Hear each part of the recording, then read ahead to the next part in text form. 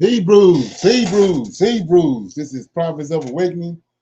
This is our Friday night Q&A session for 4th of February 2022. We'll be dealing with, I'm going to be breaking down with some more information on Ham, Noah's son. I'm asking everybody to like, share, and subscribe to the Prophets of Awakening channel and hit the notification button, please. This is a non-Messianic channel. For those that don't know, we're dealing with the Tanakh and the Torah. The Tanakh is the Old Testament, so-called Book of Remembrance, and the Torah is the first 5 books of the Old Testament that was given to Moses at Mount Sinai by the Lord of Hosts, our Redeemer. Okay, shalom and welcome everyone to Prophets of Awakening channel. Welcome to our Friday night Q&A session. We're going to do our moment of silence, our prayer and the songs, and then some current events. Then we're going to a little Q&A, and then we'll go into the discussion for the night. Okay? This moment of silence is for Yahweh, our Creator, and for His Redeemer, the Lord of Hosts, and all that they are doing to bring about the prophecies that they have prophesied that was going to come to pass in the latter days. Okay? With that being said, I want to do my little prayer.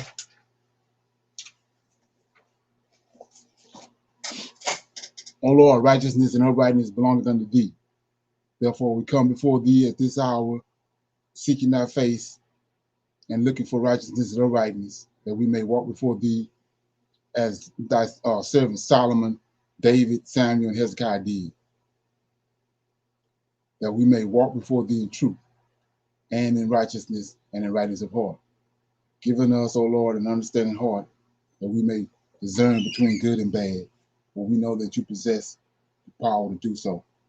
For we desire to walk after thee, O Lord, and to keep your commandments and your testimony and your statutes with all your heart and soul, with all our heart and soul, to perform the words of this covenant that was written down by your prophets. O Lord, allow thy face to shine upon thy people. Hear our plea, hear and do, O Lord, and hide not thy face from us any longer, for we need you so very much at this hour. Peace be unto you. Okay. Do a song. I'm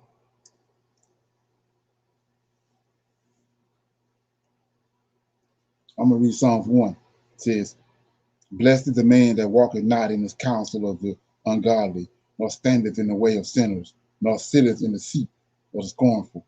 But his delight is in the law of the Lord, and his law doeth he meditate day and night. And he shall be like a tree planted by the rivers, of water, that bringeth forth his fruit in his season. His leaves also shall not wither, and whatsoever he doeth shall prosper. The ungodly are not so, but are like the chaff which the wind driveth away. Therefore the ungodly shall not stand in judgment, nor sinners in the congregation of the righteous. For the Lord knoweth the way of the righteous, but the way of the ungodly shall perish. Okay, that was Psalms 1, and it was blessed are the righteous. Okay, so I want to shine light on this verses 1 and 2. It says, Blessed is the man that walketh not in the counsel of the ungodly, nor standeth in the way of sinners, nor sitteth in the seat of the scornful. But his delight is in the law of the Lord, and his law doeth he meditate day and night. Read verse 2 again. But his delight is in the law of the Lord, and in his law doeth he meditate day and night. Okay. Any comments? Anybody else got any comments? Okay. We're gonna move on to our current events. Anybody having current events? Okay. We got snow here in Louisiana today. What? The cold is here. Yeah, in my area, we got snow. Okay. Yeah, You know that's Shreveport. Yeah. Yeah, we Active did too. Unity. We Oh, did you too. got, It's on the oh, ground in Texas. When I'm in Austin area. right. Okay. Yeah, they said it was 28, wasn't it? 28 this day in Austin. I didn't even go out. I don't No, know. I just I just Okay. looked out the window and I saw it on the ground. I was like, wow, it's covered the ground. yeah. Okay. It's Yeah, crazy.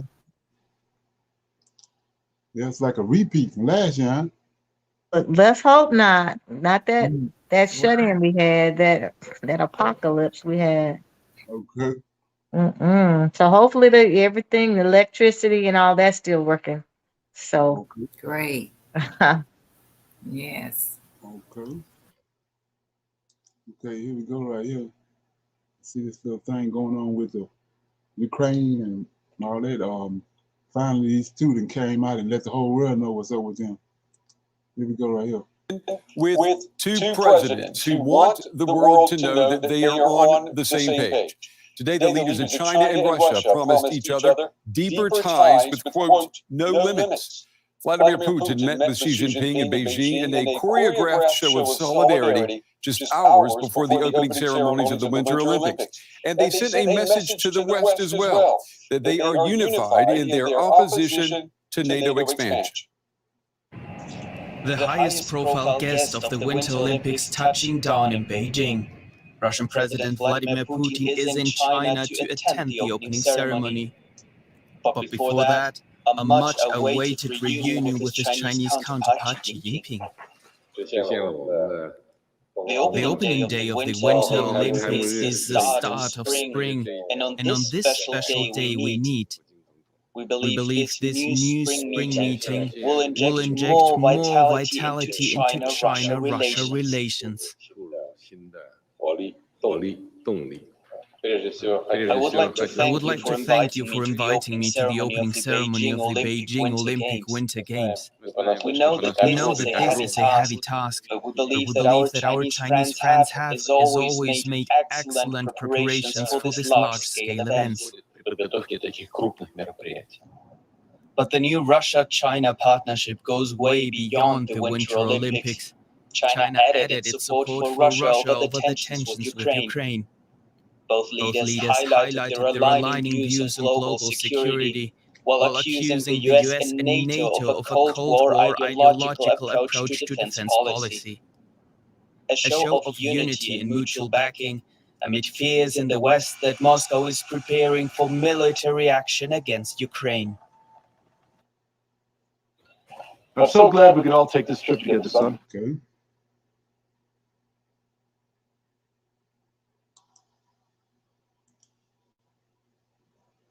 Earlier, I spoke with journalist Fabian Kretschmer in Beijing, and I asked him about China's stance in the Ukraine conflict.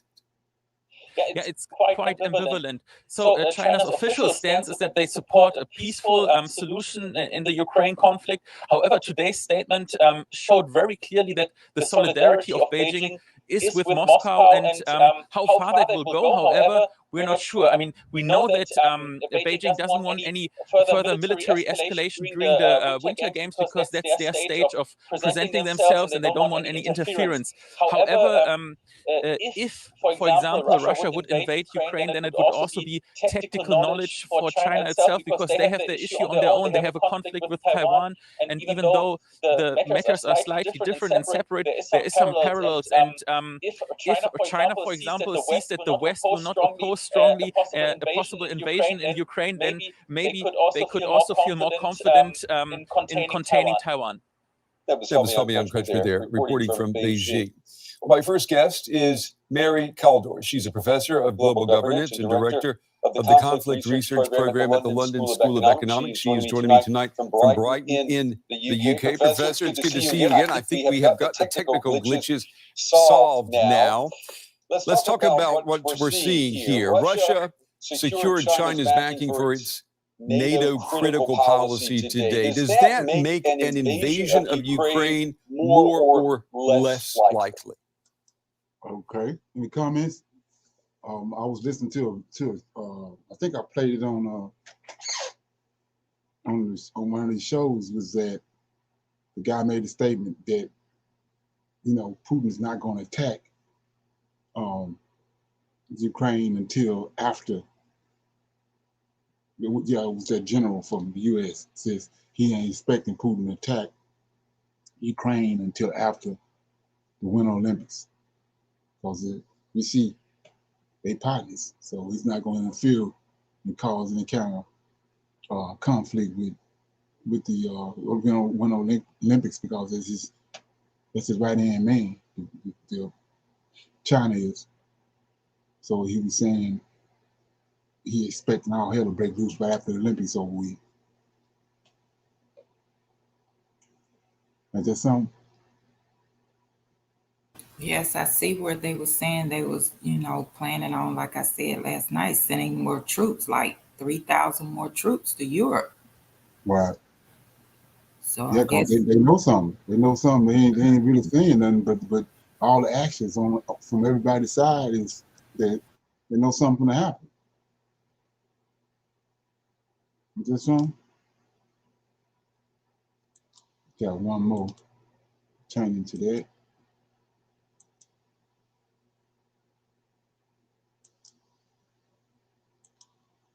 Can you see that? Yes. Habitats Ukraine Direct. We're coming to you live from Kiev. The local time is 5:30 p.m. The temperature here is -5 degrees Celsius. My fingers and my brain and pretty much everything else is freezing, so bear with me. There is also a forecast of war clouds over Ukraine. More than 125,000 Russian troops are camping not too far away from where we are standing. We are in the capital city of Ukraine, and this is within striking distance of where the Russian troops are stationed in Belarus. It's been a very busy 24 hours here, so I'll begin this broadcast by walking you through the latest developments. Ukrainian President Volodymyr Zelensky met his Turkish counterpart Recep Tayyip Erdogan today. The meeting took place here in Kiev. Erdogan offered to host a Ukraine-Russia summit. Now, this was not his first mediation offer. The last one clearly did not convert. So will this time be any different? We don't know yet. Another very significant meeting took place today. This was some 6,500 kilometers from where I'm standing. The location was Beijing, and the meeting was between Russian President Vladimir Putin and Chinese President Xi Jinping. How do you think it went? I'll give you a brief summary. The Putin-Xi meeting was as much about signaling as it was about drawing a strategy. Did the two talk about the ongoing Ukraine crisis? Of course they did. The details have been kept confidential, but the two sides called on NATO to quote-unquote abandon the ideological approaches of the Cold War. Right after the meeting, President Putin talked to the press. He said the Russia-China relationship was an example of quote-unquote dignified relations. This is what he said. As for our bilateral relations, they are developing in a progressive way with a spirit of friendship and strategic partnership. They have indeed become unprecedented. It's an example of dignified relations who help to mutually develop and support mutual development. Putin is talking about help. Right now, the biggest help he needs from China is for Beijing to put its weight behind Moscow. China has signaled favorably in this. Right after this meeting between the two presidents, Russian Foreign Minister met Chinese counterpart Wang Yi. Russian Foreign Minister Sergei Lavrov. The message coming out of this meeting was pretty clear that China is standing with Russia. And why wouldn't it? China resonates with Russia. Moscow wants to control Ukraine. China wants to control Taiwan. Both share a common aspiration for expansion. They also share a common enemy, which is the West. In the city of Kiev, there is a predominant sense of tension. Not far from here, Russia and Belarus are conducting joint drills, and it's happening in the Brest region of Belarus. Russian S-400 defense systems have arrived there, as has Russia's defense minister. He is overseeing the war games. Let me show you. Yeah, so we read it. Everything we're looking at right here playing out is we read it. We read it several times, but I read it, I think it was Tuesday, second Ezra. Yeah, it's right there. It's all playing out. It's like the scripture said. They tried to, tamper with it, but, we rightly dividing it, and it's playing out just like he said. Okay. Got a little need to know information right here. I'm gonna play that, and then we're going to Q&A.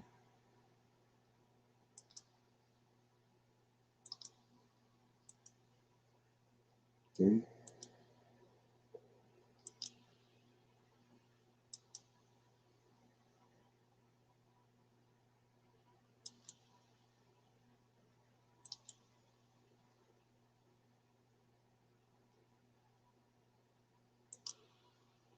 Y'all eyes should be wide open. If you just one of them people that still want to comply with what they tell you and you gonna go by everything they say do, then I'm sorry to say you're going to be slaughtered. There's no helping you. If all the information is going on, all the things you see with your own eyes doesn't convince you or let you, not even convince you, just show you the truth, then you're gonna be slaughtered. I feel for you. I truly do. I feel for you. But like I say, these people get bonuses for this stuff. You know. And another thing I want to speak on is Elon Musk. With this Neuralink chip going in people's head. They was doing it in animals, now they started testing in humans.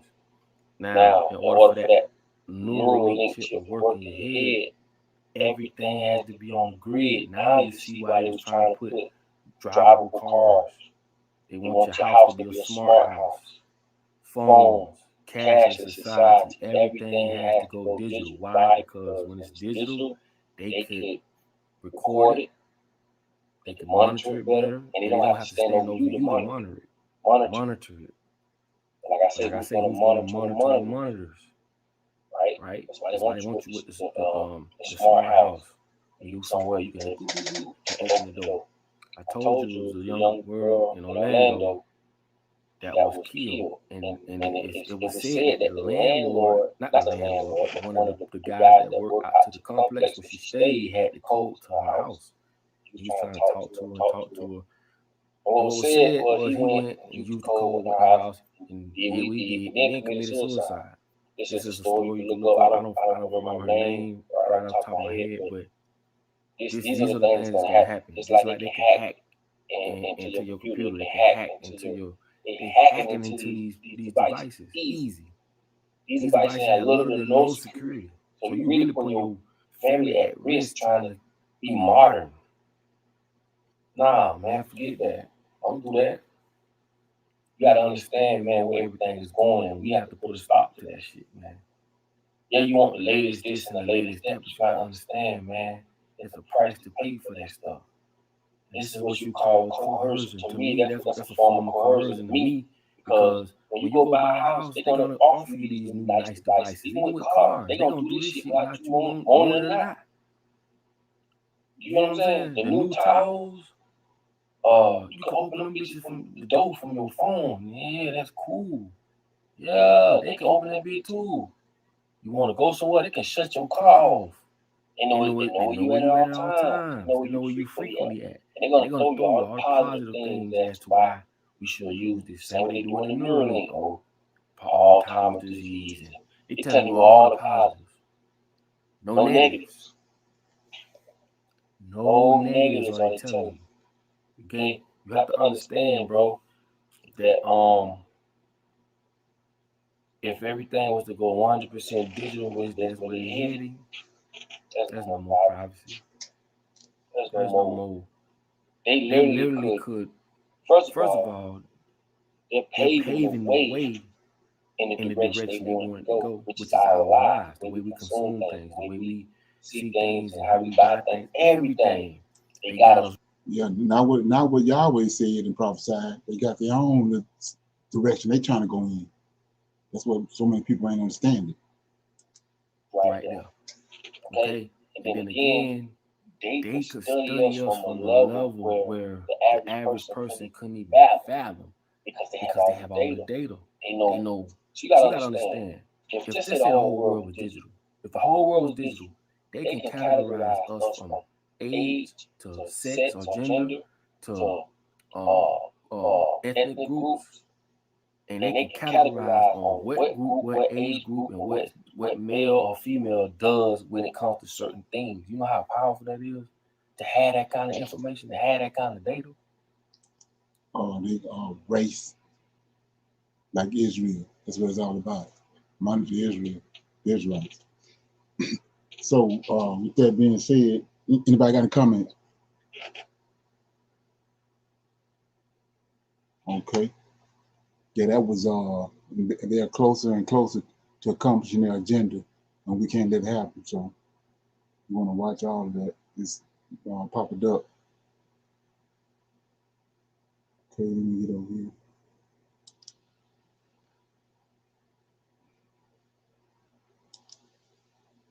Anybody got any? You're gonna open it up for some Q&A. Anybody got any questions about anything, comments about stuff that was talked about, or information that came up, or information they came across? Shalom. Okay. I know we talked about Ephraim and Manasseh, right? But can you explain why Ephraim received, greater blessing than Manasseh? Well, it's about, like I said, a lot of the stuff they did to the scriptures is they give you bits and pieces of it. A prime example of that is two examples. The first one was when he gave him Daniel the prophecy of the third beast in Daniel chapter 7. The angel came, brought the vision, and then Daniel received the vision. Then he waited to get the understanding from the angel. So the angel came and gave him understanding, but it never came to pass. So they left the part out where it came to pass. And another one is when Rebecca was having stomach problems with her stomach. And it said she went and inquired of the Lord. She didn't go inquire of the Lord. She went, just like I said, it's a process. So she went, the only way to inquire of the Lord is through the prophet.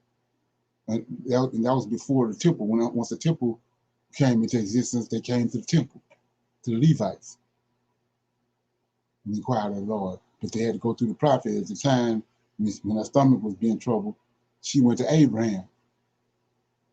She told Isaac. Isaac went and told Abraham. Abraham went and sought the Lord on her behalf. And just like Daniel did, he waited for the understanding. And so Abraham got the understanding of what was going on with her stomach and what it was all about. And he told Isaac. Isaac took it back to Rebecca. So she just waited on all that, but they don't tell you all that. And so that's what's going on with a lot of things in the scriptures. They didn't took out certain parts of it. So we're gonna go to pertaining to the question that was just asked. We're gonna go to Genesis. Let me see if I can find it real quick.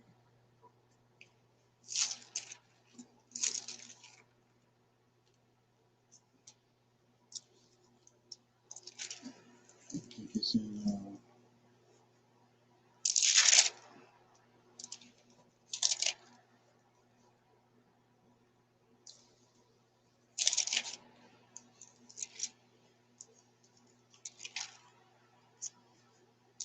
okay.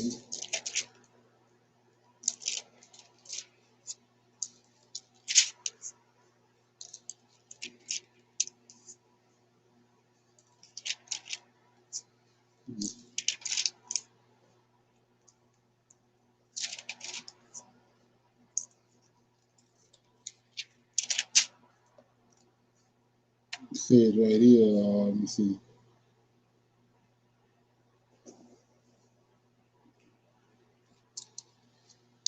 Okay. Okay, yeah. Chapter 48 is when Joseph Joseph had reunited with his two brothers, and they had went to the land of Canaan and got their father Jacob and brought him back. And so Jacob hadn't seen him ever since they were sent him away and sold him. But now he got two sons, Ephraim and Manasseh. And so we're gonna pick it up and I'm gonna start at verse 1, 48 and 1. Came to pass, see what I'm saying? It came to pass. So it tells you a lot. It's more to the story. It came to pass after these things that one told Joseph, behold, thy father is sick. And he took with him his two sons, Manasseh and Ephraim. And one told Jacob and said, Behold, thy son Joseph cometh unto thee. And Israel strengthened himself and sat up on the bed. And Jacob said unto Joseph, Go, God Almighty appeared unto me. See that? This is what Jacob said. Jacob said unto Joseph, God Almighty appeared unto me at Lud in the land of Canaan and blessed me and said unto me, Behold, I will make thee fruitful and multiply thee, and I will make thee a multitude of people, and I will give of this land to thy seed after thee for an everlasting possession. And now thy two sons, Ephraim and Manasseh, which were born unto thee in the land of Egypt, before I came unto thee in Egypt, are mine. Now you try to say that to not say that now in 2022 and see what happens. He says, Jacob tells him, these two boys is mine. As Reuben and Simeon, they be mine. And thine issue, which thou begottest after thee, shall be thine, and shall be called after the name of their brethren in their inheritance. It says, as for me, when I came from Padan, Rachel died by me in the land of Canaan in the way, when yet there was but a little way to come to Ephraim, and I buried her there in the way of Ephraim, and the same is Bethlehem. So remember that Ephraim, that's where David from, that's where Jesse from. So anyway, verse 8 says, and Israel beheld Joseph's sons and said, Who are these? And Joseph said unto his father, They are my sons, whom God hath given me in this place. And he said, Bring them, I pray thee, unto me, and I will bless them. Now, the eyes of Israel were dim for age. Remember, he already had a vision. Most High had already dealt with him about these two boys. So now, the eyes of Israel were dim for age, so that he could not see. And he brought them near unto him, and he kissed them, and he embraced them. And Israel said unto Joseph, I had not thought to see thy face, and lo, God hath showed me also thy seed. See that? God hath showed me also thy seed in a dream. And Joseph brought them out from between his knees, and he bowed himself with his face toward the earth. And Joseph took them both, Ephraim in his right hand, toward Israel's left hand. So they both know about the right hand. The blessings come on the right hand. That's why the Lord of hosts is always saying my right hand. So he says, Joseph took them both, Ephraim and Manasseh. Ephraim in his right hand toward Israel's left hand. See, he doing that because Manasseh the oldest. So he trying to guide Manasseh to his right hand for Manasseh to get the blessing. So he says, and Manasseh his left hand toward Israel's right hand, and brought them near unto him.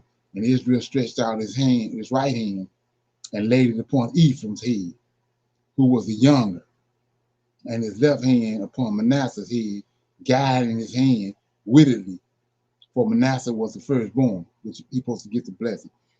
15, and he blessed Joseph and said, God, before whom my father Abraham and Isaac did walk, God who fed me all my life long unto this day, the angel which redeemed me from all evil, bless the lads, and let my name be named on them in the name of my father Abraham and Isaac, and let them grow in the multitude in the midst of the earth.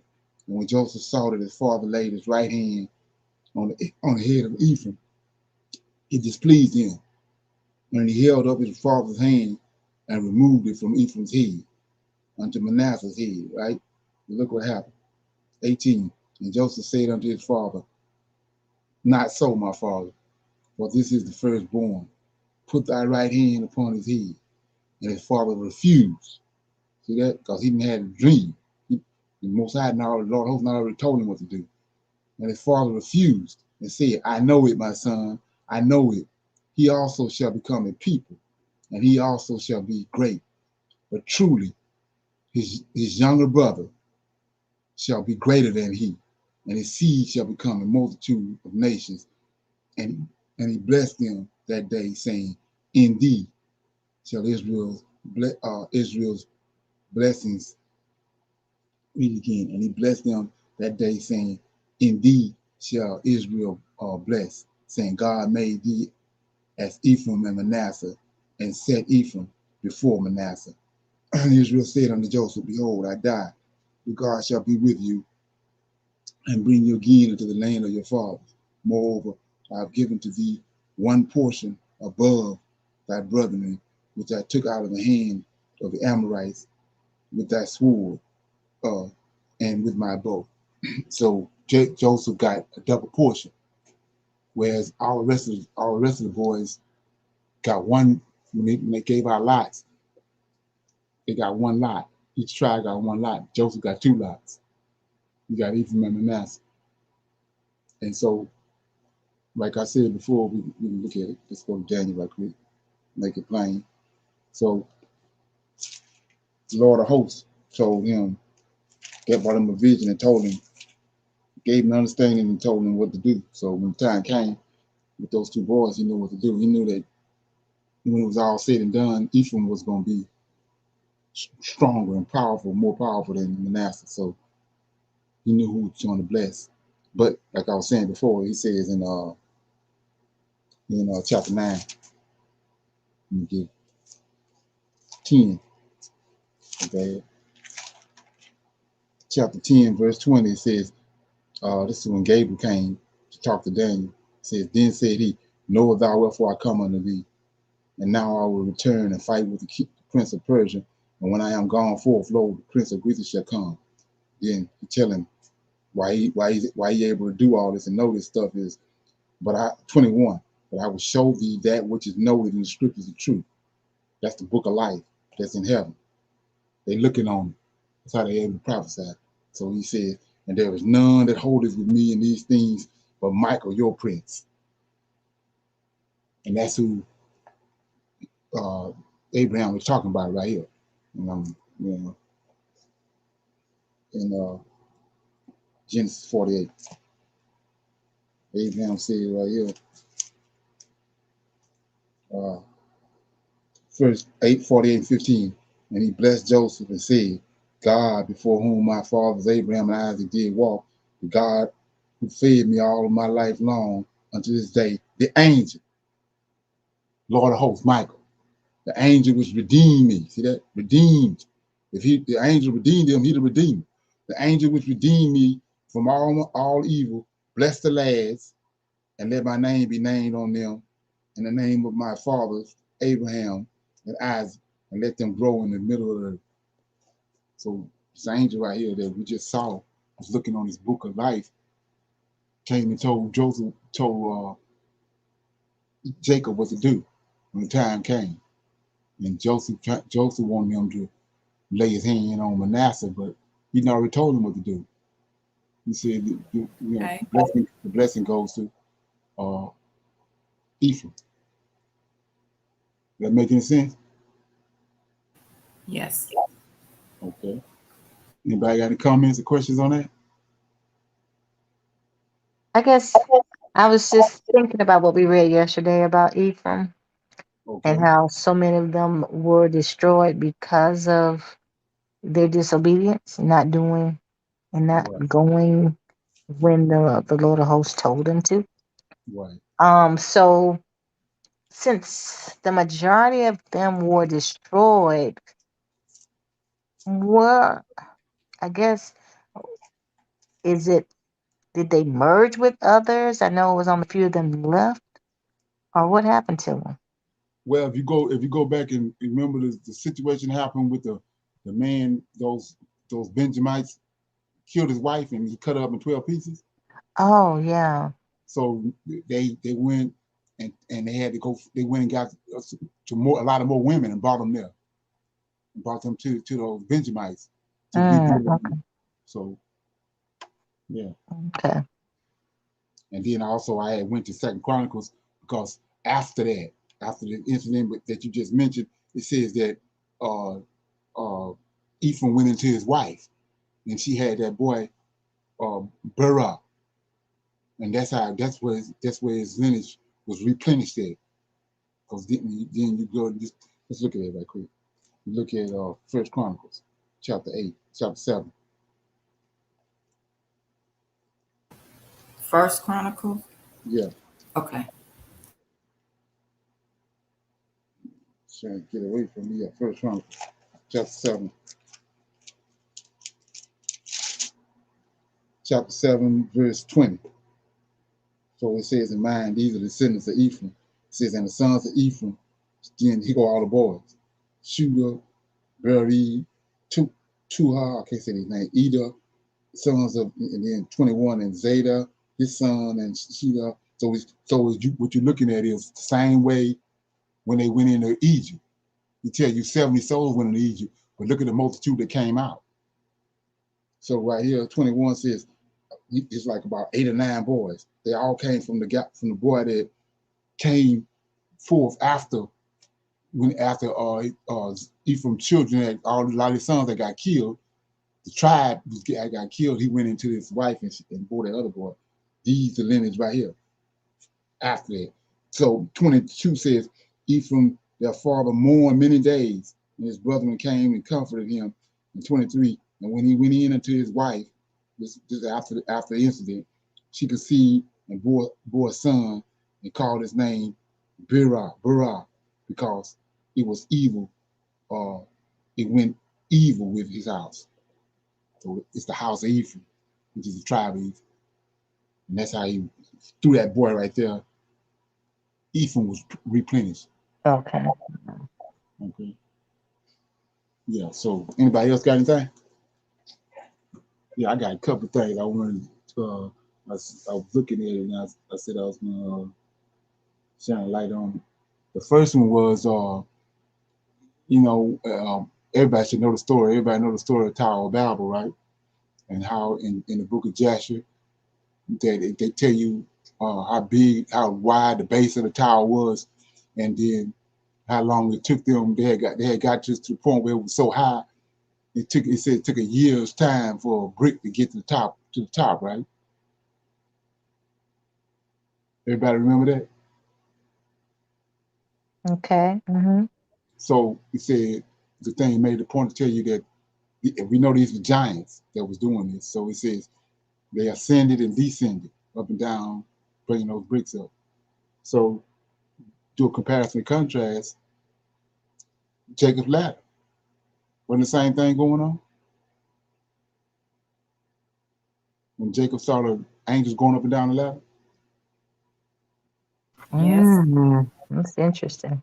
Yeah, I thought I'd just shine a light on that. So, like I say, what people don't understand is they duplicating everything that the Most High doing. They trying to duplicate it. So, you have to understand it. Like I said, with the prophecies and all, you got to be able to rightly divide it. So anyway, and another thing I want to shine a light on is which I thought I had been reading it, but I was just reading over it. The Most High shine a light on it for me. Jubilees chapter 9. It's dealing with the curses, and like I said, we already know who Japhet is. He's Cain's descendants, and they already cursed. So let's look at it. I'm in Jubilees chapter 9, and this when the land was being allotted out, and it says, let me get land being allotted. Let me see where I'm gonna start at. So the 12 tribes, when they crossed the Jordan after they was in the land of wandering in the wilderness for 40 years, they had finally crossed. Moses was shown the land that he was taking up. Joshua took over. He took them across the Jordan. They set up Shiloh, and then from Shiloh, the land was allotted, the inheritance. When Michael was given that the inheritance. Michael passed it on to them. They got 12 lots. So the same thing happened after they got off the boat. Between the people that was on the boat, he divided the land up. So it says, let me get it. Verse 13.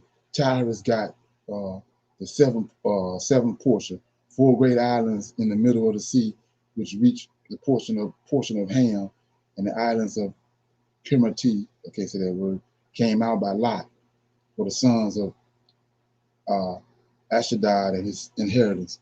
And the sons of Noah divided. Here we go. The sons of Noah divided to their sons in the presence of Noah. See that? In the presence of Noah, their father. And he bound them. This is what everybody read knows. He bound them all by an oath, right? Same thing the 200 angels did on Mount Sinai. And invoked the curse. See that? Now we know Japheth already cursed. So he says, and he and Canaan. So he says, and he bound them all by an oath and invoked the curse on everyone that's, look at this, everyone that should seize any portion which has not fallen to him by his lot. So once they got the land as lot, if anybody came into that land that wasn't theirs and got it, a curse is on them. So we know what Esau done in Obadiah. He stole the land. That's what I was trying to explain before, was just like when the angels came down, they wasn't supposed to sleep with women. Once they crossed that line, then a spirit came on them where the most they became perverted. And they couldn't ascend no more. So they went from lusting after women to all out in lusting after animals and doing everything under the sun, lusting after other beings and everything else. They became perverted. So right here, he's saying, if you cross that line and take one of your brethren land that wasn't allotted to you, it's a curse on you. So we know Japheth already got a curse on him from what the Most High put on him in the garden, from his daddy Cain. And so right here, he got this double curse on him. It's explaining a lot of the way he at and why he's the things he do. So then 15 says, this what a drama come in at. It says, they all said, so be it. Same with the angels. 200 angels with some Jaza. They said, they agreed. That's the same thing they're doing with us, but it got us doing it unknowing to us. But we're agreeing to a lot of stuff and ain't realize it. But anyway, it says, they all said, so be it, so be it. Amen, amen. For themselves and their son forever. See that? This is a perpetual oath. Curses attached to it. Sons forever through their generations until the day of judgment, on which the Lord God shall judge them with a sword. See that? And with fire, right? For all the uncleanness and wickedness of their errors that they have filled the earth with, which are transgressions, uncleanness, and fornication. So you say, what are you talking about? Let's look at it. He just told them right here, 15, that he's going to bring a sword and fire. We already know what that is. That's the reason why he tells you the day of the Lord is going to be with fire. He already told them right here. But let's look at the other part of it. He says, I'm in Ezekiel 37.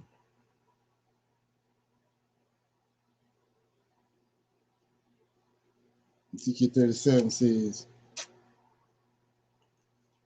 okay. 37 says, this is, we know he's going to resurrect all our forefathers. And to get down to verse 22, he says, and I will make them one nation. So he's going to bring Ephraim and the 10 tribes back to Judah, Benjamin, Levi. He said, I will make them one nation in the land upon the mountains of Israel, and one king shall be king over them all. And they shall be one, they shall no more be two nations, neither shall they be divided into two kingdoms anymore. Neither shall they defile themselves, see that? Anymore with any of their idols or with any of their detestable things, or nor with any of their transgression, but I will save them out of all their dwelling places wherein they are seen, and I will cleanse them. See that? And so shall they be my people, and I will be their God. That's why he's saying that. So what's the big picture? They all over in lands they're supposed to be in. And he got to bring them back to the land he gave them, and back to the oath and the obligation, that perpetual obligation that they made when the land was divided up. So all the sin is is reverberating off of the fact that they all in a place where they only supposed to be at. He told them to stay in their own land that he gave them. He allowed it to them. They didn't do that. And look what he tell Cain. You know, and so a lot of this stuff is a light gonna be shining on it a lot more on what we get ready to deal with in this discussion. But look at what he tell Cain. And case that's on Cain. Let me get it. Said 14. No, this is let me see. No, I'm in chapter 4, verse 10. And he said, "What hast thou done? The voice of thy brother's blood crieth unto thee from the ground. Now thou art cursed." He already cursed right here, so we got a double curse. So he said, "Now thou art cursed from the earth, which has opened thy mouth to receive thy brother's blood from thy hand. When thou tillest the ground, it shall not henceforth yield unto thee a strength. A fugitive and a vagabond shall thou be in the earth." So we already know he ain't gonna stay in the same place. He ain't gonna stay where he's supposed to be at, because he already just told him right here, you're gonna be a fugitive and a vagabond. A fugitive all over the place. So 13, and Cain said unto the Lord, "My punishment is greater than I can bear." That's why he's saying. So behold, thou hast driven me out this day from the face of the earth, and from thy face shall I be hid, and I shall be a fugitive and a vagabond in the earth. And it shall come to pass that everyone that findeth me shall slay me. See that? So we'll go back to the land. Okay. Any comments? And they tried to put that on us for so long. Right. So that was our fate. Right. And that's what they've done. So like I was saying before, the topic and the discussion we'll be talking about today, which is, I think it's pretty good information, is pertaining to that. And that's a lot of what they've done. They've flipped everything all the way around, and the Most High got to put it back in place. So, anybody got any comments before we go into the lesson? Okay.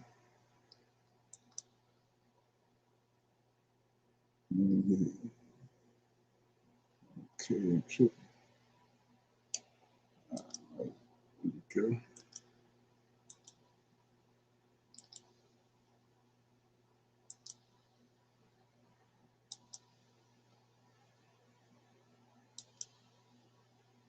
Do you see that?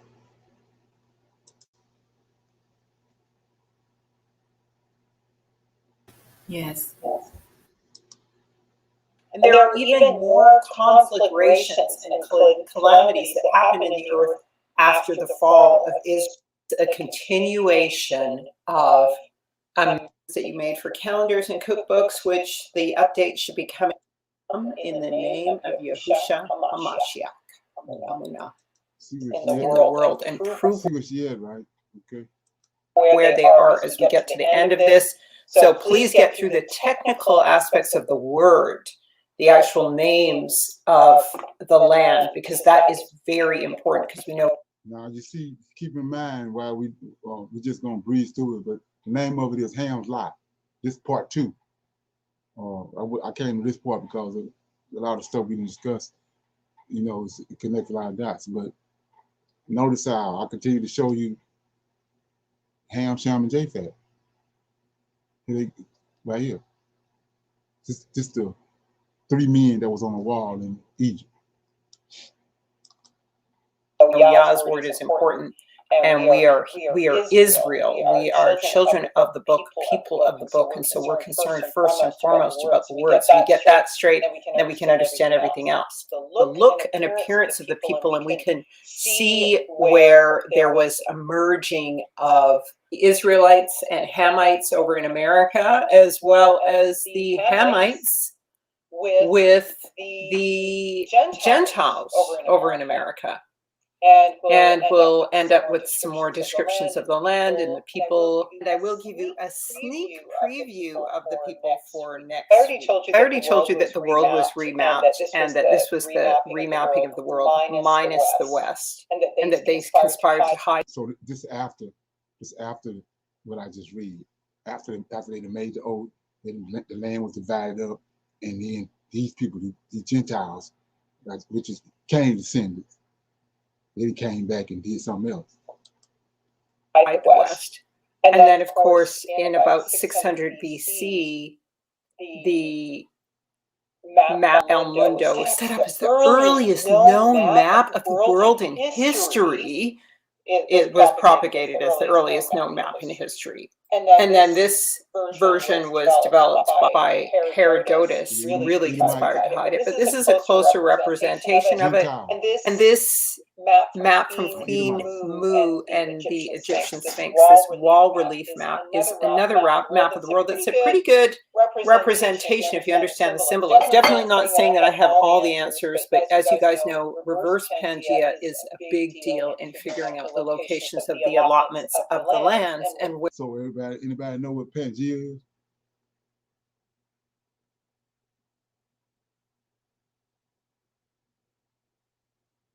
Anybody ever heard of Pangea? no. I've heard of it. I just don't remember what it was. It was one, at one time, the earth was one mass. When he says that in Genesis, the earth came up out of the water. So it was one mass. And so when you start looking at the continents and bring them together like she's doing right here, you can see where they were breaking up. So let me go somewhere like, let me go somewhere like quick and show you what it's talking about.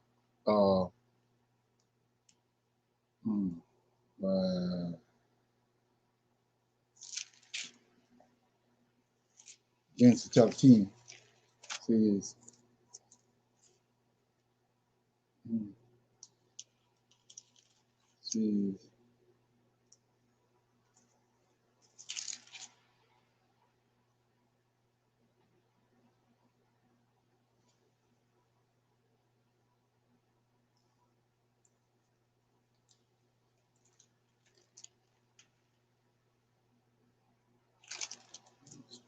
yeah, right here, chapter 10, verse 25 says, I'm gonna start at 21.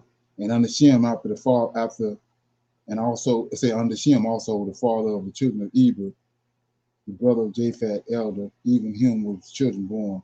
The children of Shem, Edom, Asher. Remember these names: Edom, Asher, Arphaxad, Lud, Aram. And the children of Aram, Uz, Hud, Gether, and Nash. Arphaxad begot Shelah. Shelah begot Eber, right? Then Eber had two sons, 25. And then Eber was born two sons. The name of one was Peleg, right? So it says, for in his days, right, the earth was divided. And his brother's name was Jock. This is what he's talking about right here. Because of the sin on the earth, he divided it. Before that, it was one man, one land mass. And they call it Pangea. Where everyone is going to go back to. In particular Israel, who's going to return across by smiting the seven streams and returning back to the land of Aphaya, the face of Yah. And so you know, I like to use reverse Pangea so we can see all of the connections between the lands. And in addition to that, a great witness is the witness of the moon and returning back to the land of Aphaya, the face of Yah. And so you know, I like to use. See there?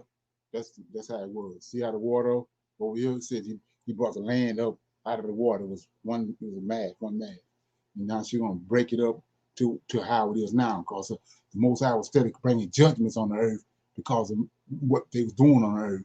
And they took all that out. Use reverse Pangea so we can see all of the connections between the lands. And in addition to that, a great witness is the witness of the moon.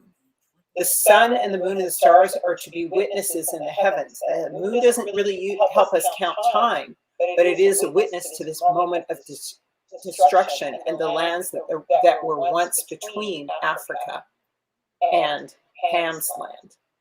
And there have been many conflagrations, many destructions over the earth that enabled this to happen and occur.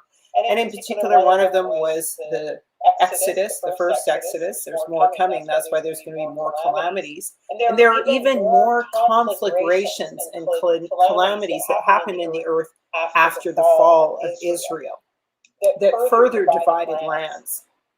And I already mentioned that, as we said before, and I just said again, that what we know now as the Mediterranean Sea was not there. That was previously land.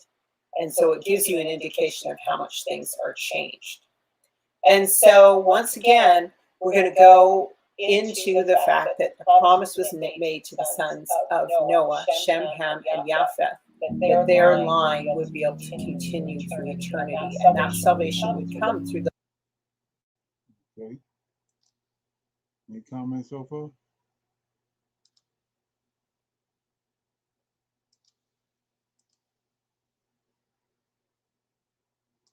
The line of Israel and the children of Israel, who would then go on and graft the other nations back in. And Japheth would end up with the identity of Israel for a season as a test. But then Yah would yet redeem Israel again to the land for the second Exodus. And he would smite the seven streams so that Israel could walk over dry shod. And so maybe that's some of the reason for all the volcanoes and stuff going off in the place between America and Africa. But let's get into why each man must return to his own land, and why we have to know who these nations are, who everyone is. Now, the Bible warns, do not be consumed with foolish genealogies. Well, that's the. And they're trying to say that all of the engravers and hieroglyphics in Ethiopia are not related to the Ethiopian in Egypt and so on, are not related to the Ethiopians. But once again, it says that the Negroes is represented on pharaoh paintings so clearly delineated by the engravers. So this is maybe a bit confusing. It's still confusing for me, but it seems like there's two different words being used for the land of Ham and the land of Shem, and they sound very much the same. One is Aphaya or Apaya or Ethiopia, and the other is Africa. Okay, so Africa is Ham, and Aphaya or Ethiopia is for Shem. And when we look in the scripture, they both kind of relate to Ophir or gold, but you can pretty well narrow them down to these two different words representing these two different lands. And so this is going to seem very confusing, but I'm going to try to do my best because I'm still kind of figuring it out myself. And okay, did everybody get the message that was on Messenger about this documentary?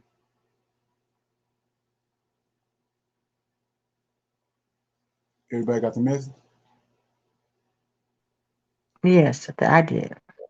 Yeah, so yeah, I highly advise you to watch all three parts. And then, like I said, write down the questions. And you know, Yah is not the author of confusion, so we know who's responsible for this. So the Ethiopians seem to be a grafting in of Ham into the Negro line. Once again, Isaiah 49 says that, behold, these will come from afar, lo, these will come from the north and from the west, and those from the land of Sinim. So the west and the north and Sinim, Canada means Canaan, that's the land of Ham, okay? And so even in this slide here, referring again to Asiatic researches, this word afar comes, or paro comes from the west. So let's look into it again. Paraka. So that's the root word is pharaoh, is of for aparaka. So Asiatic Researches or Transactions Volume 8 says that Canaan, so now when we're dealing with Canaan, we're dealing with the fallen angels' children, so it's going to be a little confusing. In his interesting account of the learning and manners of the Burmas, Now, there's a Burma in Southeast Asia, but there are multiple Burmas in West Africa, like in Nigeria and Ghana. Okay, so that'll tell you something. So the Canaan informs us that in the country of Burma, they generally use the letter I for R. So if they're going to say Ra, they're going to say Ya. Okay. But in the Bengali dialect, they say Furo. So this is the very difference between East and West. So it's either Farya or Pharaoh. So Ham would say Pharaoh because that relates to the god Ra, but Israel would say Farya. So one is saying face of Ra, their fake god, and the other one is saying face of Yah, the true God. Okay? So there's a difference right there. When we're talking about the West, in the Bengali dialect, they say Pharaoh. And they say the river Osus is called Afara. So that's almost like Osiris or Ozus. We'll say, okay, so Afara Gandid or Afaro Ganges or Western Gattaca, whence we may safely conclude that they also said Afara Wipa for the West. So they're talking about the West. All right. This is just what I'm figuring it out, and I'm figuring it out as I'm reading this, as I selected this. But then it also says that Ephraim and Ephraim, so now they're saying Yah instead of Ra, are regular derivative forms from Afarya, but here's the interesting thing, and from them is obviously derived Iberia, the ancient name of the western parts of Europe, including Gaul and Spain. So Ephraim or Ephraim and Afarya is associated with Israel and Iberia, the south and the east. But now they go ahead and they start calling Western Europe the West, mixing apples and oranges. Now, sorry to digress here a little bit, but remember, your city. They were solid masses of earth, brick, or stone, and their form was somewhat resembled the pyramidal structures of ancient Egypt.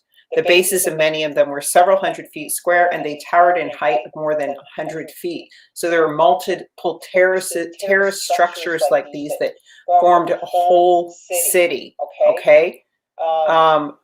There, and it even says the Temple of Vesta, there were said to be 600 of these altars or smaller buildings. So each building was like an altar. So that's multiple temples like the ones in Giza. So they were huge. But I'm pointing out to you about them being called Theokali. In other words, so Theokali, right? Kali was their god. So Kali is a major Hindu god corresponding with what? California. Okay, so I just want you to notice and remember the name California. And forgive me, Yah, for using the whole word. Forgive me for using the names of these false deities, but I know Yah understands the context I'm using them in. So just for educational purposes. And so I want you to remember, because we already saw earlier in some of those images of the fake gods in the destroyed area of the Grand Canyon, looking very similar. Again, a multi-armed god named Kali. Okay? And forgive me again, Yah, for saying that horrendous word. All the images you've been seeing is at Osingo. So iniquity, right? S-I-N, go, right? And so there's an arch there at this place, and it features the winged globe of Egypt. Okay, now the word Egypt is a very late name, and it's actually a Greek name, and it incorporates the word Patha in it, which is really for Ptah, Japheth, okay? So when you look up Egypt, it says the Egyptians were from the French Egypt or Greek Egyptos, the River Nile. And now the River Nile, as I said in my other videos on my other channel, Live Like Well, which is shut down at the moment, it says that it corresponds to the Egyptian Hat Kapata, Hat Katapa. Okay, the creative god associated with Memphis or the ancient city of Egypt. But I actually think that that Egypt is a later word that came from the Greeks, and this is when Japheth takes over Egypt and takes over the identity of Israel as well. Okay, so just now I'm just asking that question in my mind: is this associated with Japheth because it has the word Ptah in it, which is associated with Japheth? Japheth. Why do I mention Japheth? Because we're going to see as we go into the next video about what the people look like in these various stages of identities of the people of America, North America. We're going to see that eventually the white bearded man coming as Quetzalcoatl, or a kind of Jesus, right, is, a fake Jesus comes with his cross. And this is put forward as the original religion right now, currently, by people like Kamuro Ahu, who I don't hate him. He provides so much information. There's so much stuff in here, and he just seems very sweet, but he puts up all the Mason stuff.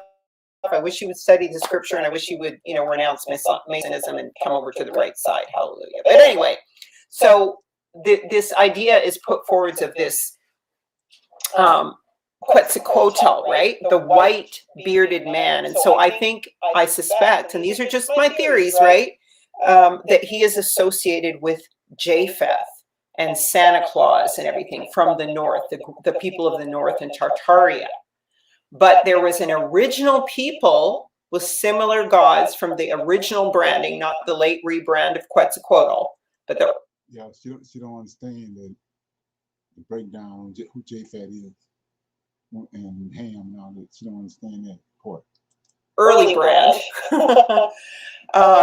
who were here previous. So I'll try and tie that in. I'm going to try to tie that in the next episode when we talk about the peoples and who the peoples of North America are related to Ham. But we already know that Khan means king. Okay. You see, when we look at Quetzalcoatl, the white bearded man, he is actually Shem, Ham, and Japheth. And he's really the fourth man because he's all of them combined. He's got the white beard, he's red skinned, and he's black. So he is a mixed multitude. Okay, he's Babylon. So just what I've shown you, Osinga and Chiapas is extremely tall with all those pyramids and terraces and multiple pyramids. And then this BBC article also talks about Cholula as the largest pyramid in the world. Beneath a tiny church hiding under tufts of grass, trees, and soil is an ancient pyramid of gigantic proportions standing 350 meters wide and 66 meters tall from end to end. The Great Pyramid of Cholula is the equivalent of 9 Olympic-sized swimming pools. An obscure temple no one's heard of, Cholula holds an impressive array of records. Is the largest pyramid on the planet with a base 4 times larger than the Great Pyramid of Giza and nearly twice the volume. So it's not as high, but it's bigger. Never mind the largest pyramid, it's the largest monument ever constructed anywhere by any civilization to this day. And it's known as the man-made mountain, Chiacachuatepetl. Thanks to the church on top, it's also the oldest continuously occupied building on the continent. And that's due to the church being on top. So it shows you what religion that church has been maintaining. All right, so that's something to think about. So once again, where's the largest pyramid in the world? The world's largest pyramid is Pueblo, Mexico, and it's the Pyramid of Cholula. It has a giant church on top.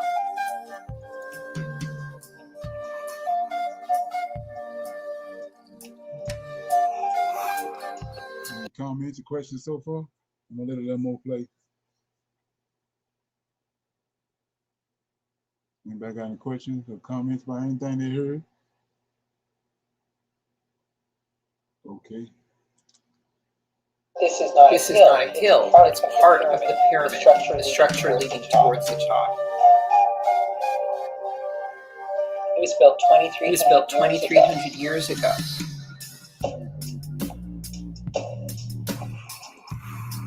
West. Okay? And they're calling Western Europe West. All right? To do a switcheroo. I have to tell you, in these ancient books, this direction actually was described as westward before. Now it's been switched back to eastward because I have a hacker on my computer. And I also went online to look at the other books, and the pages were blurred out, the other versions of this ancient book. But I'm going to work with this anyway. So my point in showing you all of this was that there is a switch in directions from eastward to westward. And what we do know from this particular slide is that there was a meridian set up here that is no longer there. A meridian that was designating west. And that still remains, despite the gaslighting. So the meridian of Mokur is gone. And of course, Kor was one of the sons of Ham. As I said in my earlier videos, Moses in the book of Jasher actually goes and rules in Cush. He rules in Cush in the land of Ham. And when he is there, and it's written in the actually Quran, that he built the Great Wall of China to keep the giants out, to keep Gog and Magog out. So he built the Great Wall of China and the Great Wall of India, because they're the same wall. They're both in northern India and China, okay? Northern India and China have the Great Wall of India and the Great Wall of China, but they're the same, okay? And they're both built by Moses according to the Quran, to keep out Gog and Magog. So why? So this is kind of like how the land got all kind of moved around and switched around. There's historical reference that Alexander the Lesser, that they call great, built a bronze and a brass wall in the Caucasus to keep out the invasion from the north of Gog and Magog. Do we all know that? Huh? Wait a minute. It's not only just one time here. There's an entire appendix of 5 pages that breaks down this wall. And for those who really love history, as I do, if you do the research on the Great Wall of China, you will find out why the Siam or the Chinese built that wall and who they were trying to keep out from coming in from the north. Who's directly north of China other than who? Mongolia and who? Russia, Magog, directly north. What about the historical reference with the making of the Euro-Gentile, the white man? In one of the sections in here, it says, and Moses, for Moses knew their intent, was responsible for erecting a wall 666 miles from one end of the Caucasus to the other end of the Caucasus to keep the barbarians, to keep Gog and Magog from descending down from the north into the Holy Land. And they say, O Zokarnim, Gog and Magog people do great mischief in the earth. Shall they render thee tribute in order that they might, you might erect a barrier or a wall between them? So Okay, so like I said before, that's Ham's Lot Part 2. You got Part 1, 2, and 3. So like I said, you watch it, and then while you watching it, we can have a better discussion.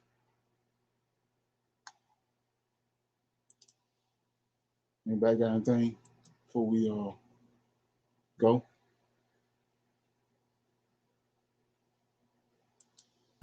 It's a lot of good information in there. Yeah, it's, like I said, Yeah. it's better to sit down and watch it. Right. You know. Yeah. So you I come just back. started watching part 1, so hadn't got to part 2 yet, but it's a lot of information in there. Right. So everybody good? Yes, sir. Okay. So you know my computer do its thing.